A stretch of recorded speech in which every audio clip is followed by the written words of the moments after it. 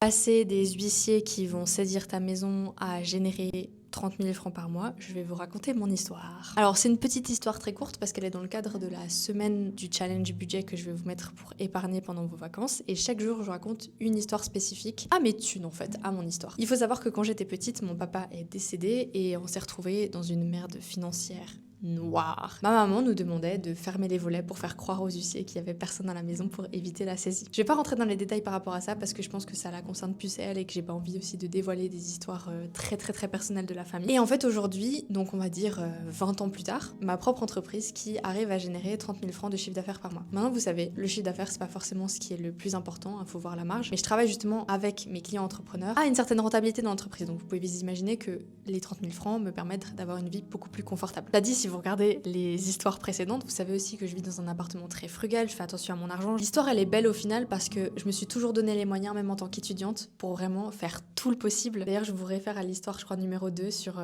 le comment j'ai économisé 7 000 francs pendant mes études. L'histoire elle est belle parce que finalement on peut toujours s'en sortir, mais c'est juste qu'il faut avoir faim en fait. Il faut vraiment avoir envie de se battre et de tout se donner pour sortir d'une situation. Mais je vous dis les gars, la vie elle en vaut la chandelle parce qu'aujourd'hui je me dis que je suis sur le chemin aussi de pouvoir offrir une vie plus confortable à ma maman, à mes proches et ma famille, et à plus jamais me dire que l'argent est un souci. On court pas après l'argent finalement, on court après la liberté que ça nous apporte. Et ça c'est vraiment super important à comprendre. Donc si vous êtes dans une optique de comprendre comment l'éducation financière ça fonctionne, comment est-ce qu'on gagne plus d'argent, etc., intéressez-vous vraiment à vos motivations personnelles. On est tous attirés au début peut-être par l'argent, mais après quand on a compris comment ça fonctionne, on se rend compte que l'argent nous donne beaucoup de pouvoir et du coup de l'utiliser à bon escient dans des bons cadres, dans des bons environnements. Je vous propose de vous abonner si ça vous intéresse cette petite série parce que je vous raconte une histoire sur mes thunes tous les jours pendant une semaine.